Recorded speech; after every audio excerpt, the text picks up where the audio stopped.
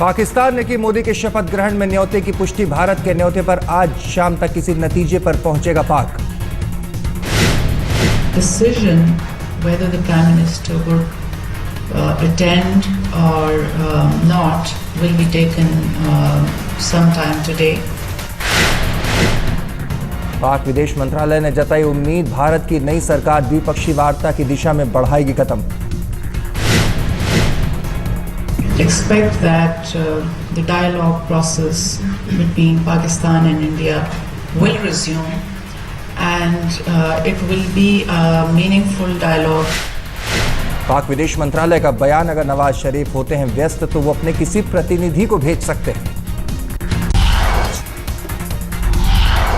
SAARC में भारत के अलावा 7 देश हैं सदस्य। पाक और अफगानिस्तान के अलावा बांग्लादेश, भूटान, मालदीव, नेपाल और श्रीलंका को न्योता।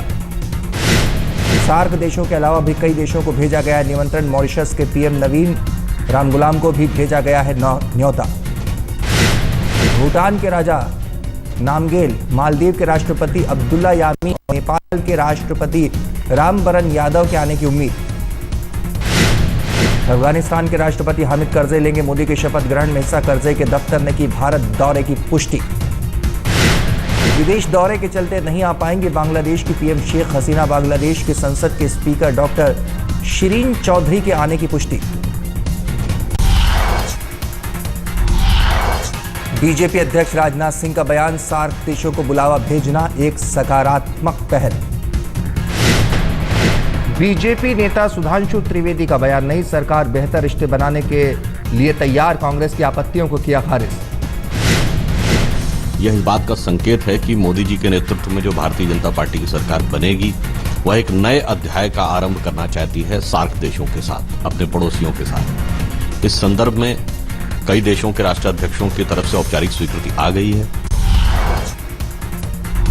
मिलिंद देवड़ा ने राहुल गांधी के सलाहकारों पर उठाई थी उंगलियां, जनता से कटने का भी लगाया था आरोप। राहुल के सलाहकारों का अनुभव ना होने की कही थी बात, कहा गलत सलाहकारों के बीच घिरे रहने का हुआ नुकसान। आज तक को दिए बयान में भी मिलिंद देवड़ा ने उठाई संगठन पर उंगलियां, पार्टी के मुश्किल वक्त में खामोश रहने वालों पर भी उठाए सवाल। आज तक से बातचीत में सत्यव्रत चतुर्वेदी ने भी किया मिलिंद देवड़ा का समर्थन, का पार्टी फोरम पर रखनी चाहिए थी मिलिंद को बात। वो एक तरह से अपने भीतर आत्मनिरीक्षण करने की एक कोशिश है कि आखिर कहाँ हम गलत हो गए, कहाँ हम फेल हो गए। उसी प्रक्रिया में उसने ये कहा है।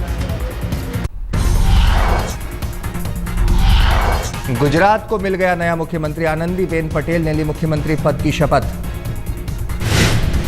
12:39 पर आनंदीबेन पटेल ने ली सीएम पद की शपथ। कई राज्यों के सीएम हुए शामिल। गुजरात की पहली महिला मुख्यमंत्री हैं आनंदीबेन पटेल। राज्यपाल कमला बेनीवाल ने दिलाई सीएम पद की शपथ। 6 कैबिनेट और 14 राज्य मंत्रियों को भी दिलाई गई पद और गोपनीयता की शपथ। शंकर चौधरी, ताराचंद छेड़ा, कांति गमित और बच्चू खाबड़ होंगे आनंदीबेन की कैबिनेट में नए चेहरे। आनंदीबेन पटेल की कैबिनेट का चेहरा होगा काफी अलग। मोदी की कैबिनेट के 3 मंत्रियों की होगी कैबिनेट से छुट्टी। वसन अहीर, परबत पटेल और पुरुषोत्तम सोलंकी को नहीं मिलेगी आनंदीबेन की कैबिनेट में जगह। आनंदीबेन की शपथ ग्रहण में फिर दिखाई मोदी ने दरिया दिली। दर्शक दीर्घा में बैठे केशु भाई को उठाकर मंच पर लाए। अपनी सीट से उठकर केशु भाई की कुर्सी तक गए मोदी। केशु भाई को सीट से उठाकर मंच तक लेकर आए नरेंद्र मोदी। मोदी से नाराजगी के चलते केशु भाई ने छोड़ी थी बीजेपी। गुजरात के पूर्व सीएम हैं केशु भाई पटेल। बीजेपी अध्यक्ष राजनाथ सिंह ने भी हुए शपथ ग्रहण समारोह में शामिल। आनंदीबेन को दी शुभकामनाएं। मुख्यमंत्री ने शपथ ली है पद एवं गोपनीयता। अहमदाबाद से दिल्ली के लिए रवाना हुए नरेंद्र मोदी आनंदीबेन की शपथ ग्रहण में हुए थे शामिल। दिल्ली के लिए रवाना होने से पहले एक बार फिर मनोनीत प्रधानमंत्री ने लिया मां का आशीर्वाद।